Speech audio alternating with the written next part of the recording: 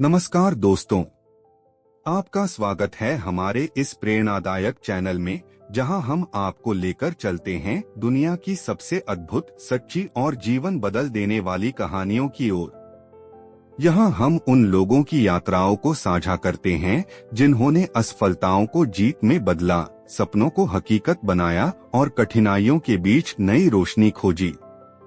अगर आप भी हर दिन कुछ नया सीखना चाहते हैं और खुद को बेहतर बनाना चाहते हैं, तो यह चैनल सिर्फ आपके लिए है। तो चलिए शुरू करते हैं आज की प्रेरणादायक कहानी। समुद्र की लहरें अक्सर हमें डराती हैं, लेकिन उन्हीं लहरों के किनारे कुछ सपने जन्म लेते हैं, ऐसे सपने जो दुनिया बदल देते हैं। भारत के पूर्व राष्ट्रपति, महान वैज्ञानिक और लाखों युवाओं के प्रेरणा स्रोत डॉक्टर एपीजे अब्दुल कलाम का जीवन भी ऐसा ही एक सपना था, जो छोटे से कस्बे के साधारण लड़के से शुरू होकर भारत के मिसाइल मैन और पीपुल्स प्रेसिडेंट बनने तक पहुंचा। यह कहानी सिर्फ एक व्यक्ति की नहीं, यह कहानी है आस्था, परिश्रम, संघर्ष और मानवता की। यह कहानी है कि कैसे एक गरीब घर का बच्चा दुनिया के सबसे सम्मानित व्यक्तियों में शामिल हो गया। अध्याय 1, समुद्र तट का छोटा सा बच्चा। 15 अक्टूबर 1931 की सुबह तमिलनाडु के रामेश्वरम द्वीप पर एक साधारण सी मुस्लिम परिवार में एक बच्चे ने जन्म लिया। नाम रखा गया अबुल पकीर जैनुलाब्दीन अब्दुल कलाम। उनके पिता जैनुलाब्दीन न तो बहुत पढ़े लिखे थे और न ही धनवान। वे नाव चलाते थे, यात्रियों को रामेश्वरम द्वीप तक पहुंचाते थे। उनकी मां आशियम्मा एक दयालु, शांत और धर्मपरायण महिला थीं। घर बड़ा था, लेकिन साधन कम। फिर भी हर मेहमान का स्वागत मुस्कुराहट से होता था। रामेश्वरम की हवा में नमक, समुद्र की खुशबू और मंदिरों की घंटियों का संगीत हमेशा बहता रहता था। ऐसे शांत वातावरण में कलाम का बचपन बीता, लेकिन उनके भीतर एक तूफान था, कुछ बड़ा करने का संकल्प। अध्याय 2, पहला संघर्ष, गरीबी से लड़ाई। कलाम के परिवार की आर्थिक स्थिति कमजोर थी। कभी कभी घर में इतना पैसा नहीं होता कि भोजन ठीक से मिल सके। 6वीं कक्षा में ही उन्होंने अपने स्कूल की पढ़ाई के साथ काम शुरू कर दिया। सुबह 4 बजे वे उठ जाते, अखबार बांधते और पूरी बस्ती में साइकिल से अखबार पहुंचाते। मिट्टी से सना वह छोटा सा लड़का जब घर लौटता तो उसके पिता उसके सिर पर हाथ फेरते और कहते, मेहनत करने वाला व्यक्ति कभी हारता नहीं। यही वाक्य बाद में उनका सबसे बड़ा जीवन मंत्र बन गया। अध्याय 3, उड़ते पक्षियों ने जगाया सपना। एक दिन उनके विज्ञान शिक्षक सुब्रमण्यम अय्यर ने कक्षा में पक्षियों की उड़ान पर चर्चा की। उन्होंने पूछा, क्या तुम जानते हो कि पक्षी उड़ते कैसे हैं? कई बच्चे चुप रहे, लेकिन कलाम की आंखों में चमक थी। शाम को अय्यर सर उन्हें समुद्र किनारे ले गए। पक्षियों को उड़ते हुए देखा और कहा, अब्दुल, एक दिन तुम भी ऐसे ही उड़ोगे, विज्ञान के पंखों से। यही वो दिन था जब कलाम के भीतर वैज्ञानिक बनने का सपना जन्मा, एक ऐसा सपना जो आने वाली पीढ़ियों के लिए रोशनी बन गया। अध्याय 4, शिक्षा की कठिन यात्रा। स्कूल खत्म हुआ। कलाम ने श्वार्ट हायर सेकेंडरी स्कूल और फिर सेंट जोसेफ कॉलेज, तिरुचिरापल्ली में प्रवेश लिया। विज्ञान का हर प्रयोग उन्हें रोमांचित करता, लेकिन गरीबी की वजह से उन्हें अक्सर भूखा रहना पड़ता। उन्होंने घर वालों पर बोझ न बने रहने के लिए कई छोटे छोटे काम किए, पर सपने को मरने नहीं दिया। इसके बाद उन्होंने मद्रास इंस्टीट्यूट ऑफ टेक्नोलॉजी, मिट में एरोनॉटिकल इंजीनियरिंग में प्रवेश लिया। अध्याय 5, मिट का निर्णायक मोड़। मिट में एक बार कलाम और उनकी टीम को एक विमान का मॉडल बनाने का प्रोजेक्ट दिया गया। उन्होंने 3 रातें बिना सोए उस प्रोजेक्ट पर काम किया, धैर्य और दृढ़ता से मॉडल तैयार किया।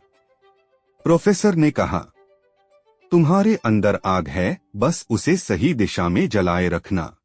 पढ़ाई पूरी होने के बाद कलाम का सपना था भारतीय वायु सेना में पायलट बनना। उन्होंने परीक्षा दी, इंटरव्यू दिया, लेकिन नतीजे में वे 9वें स्थान पर आए जबकि सीटें सिर्फ 8 थीं। उनका दिल टूट गया। अब उनका सफर शुरू हुआ। DRDO, defence research and development organisation से पहले छोटे छोटे प्रोजेक्ट दिए गए, लेकिन वे हर काम को पूरी ईमानदारी से करते।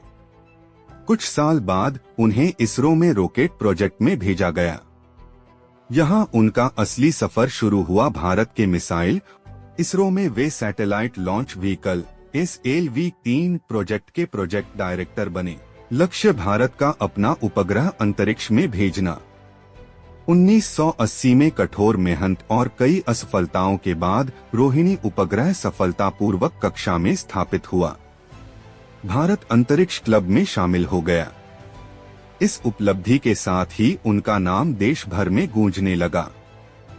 SLV-3 की सफलता से पहले एक बड़ी असफलता भी आई थी।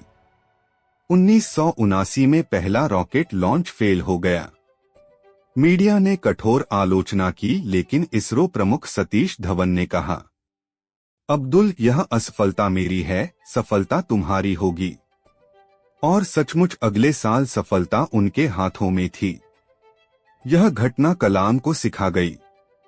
नेता वही जो असफलता खुद ले और सफलता अपनी टीम को दे। इसरो से आगे बढ़कर कलाम वापस डीआरडीओ आए और भारत की रक्षा प्रणाली को मजबूत करने लगे। उन्होंने अग्नि, पृथ्वी, त्रिशूल, आकाश, नाग जैसी मिसाइलें तैयार की। भारत ने उन्हें नाम दिया मिसाइल मैन ऑफ इंडिया। उनकी विनम्रता और सादगी ने सभी को प्रभावित किया। वे कभी गुस्सा नहीं करते और हर छात्र को मुस्कुराकर जवाब देते। 1998 में पोखरण में भारत ने परमाणु परीक्षण किए और इन परीक्षणों में कलाम की भूमिका अत्यंत महत्वपूर्ण थी। उनकी रणनीति, गोपनीयता और नेतृत्व के कारण दुनिया दंग रह गई। भारत एक शक्तिशाली राष्ट्र के रूप में उभरा। कलाम ने कहा, हम गरीब देश हो सकते हैं, लेकिन हमारे सपने अमीर होने चाहिए। 2002 में वे भारत के 11वें राष्ट्रपति बने। हर वर्ग, हर धर्म और हर उम्र के लोगों का प्यार उन्हें मिला। लोगों ने उन्हें कहा, पीपुल्स प्रेसिडेंट। राष्ट्रपति भवन में भी वे वही साधारण कपड़े पहनते, वही हल्का सा बैग रखते और बच्चों से मिलने का एक भी मौका नहीं छोड़ते।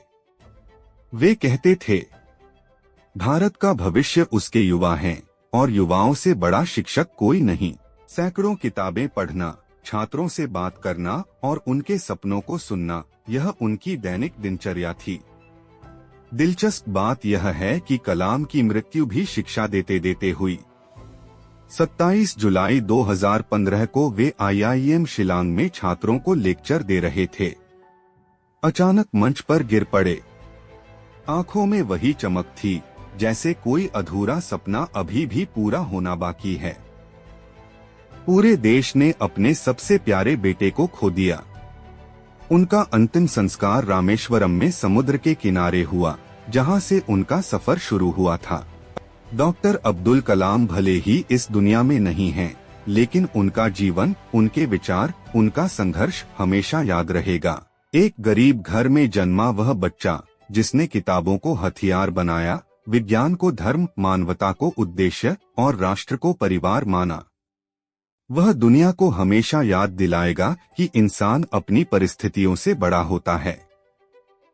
आज जब भी कोई बच्चा आकाश की ओर देखता है, चाहे वह वैज्ञानिक बनना चाहे, शिक्षक, इंजीनियर, डॉक्टर या एक अच्छा इंसान, हर सपने की शुरुआत वहीं से होती है जहां से कलाम ने अपने पंख फैलाए थे।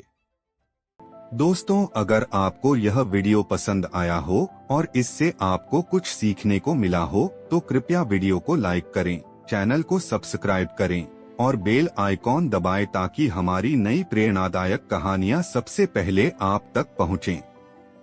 आपका एक छोटा सा सपोर्ट हमें ऐसी और बेहतरीन कहानियां लाने की ताकत देता है। धन्यवाद। मिलते हैं अगले वीडियो में।